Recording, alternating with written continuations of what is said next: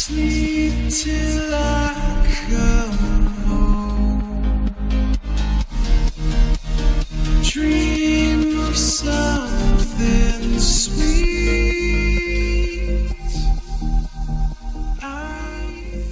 Setelah 2 jam 15 menit perjalanan, sampailah kita di kota Malino.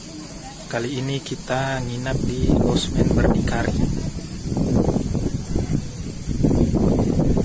Itu dia.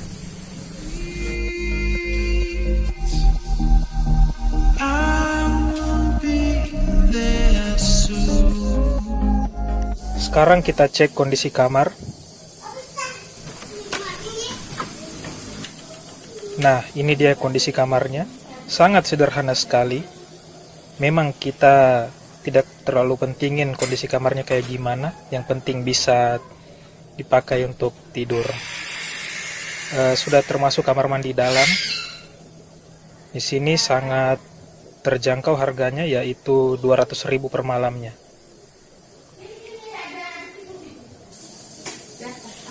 Sekarang kita lihat kondisi kamar yang kedua. Nah, ini dia kondisi kamar yang kedua. Di sini ada 2 tempat tidur, jadi cukup untuk menampung yang lainnya.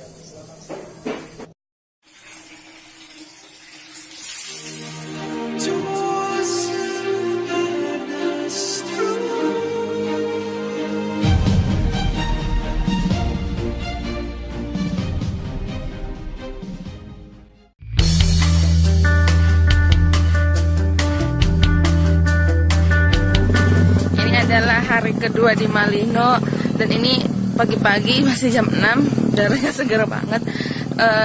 Kita ini jalan keliling kompleks dulu sambil menghirup udara segar. Cantik banget, men. Dari sini kita bisa lihat puncak Gunung Bawah Karaeng. Itu puncak atau bukan ya? Yang jelas tinggi banget tuh. Kurang jelas memang di kamera seperti ini, apalagi dengan backlight.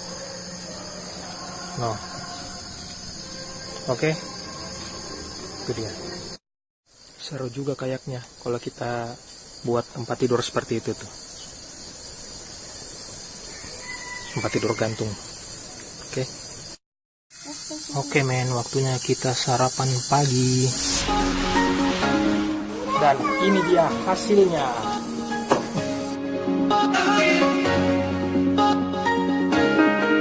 Oh,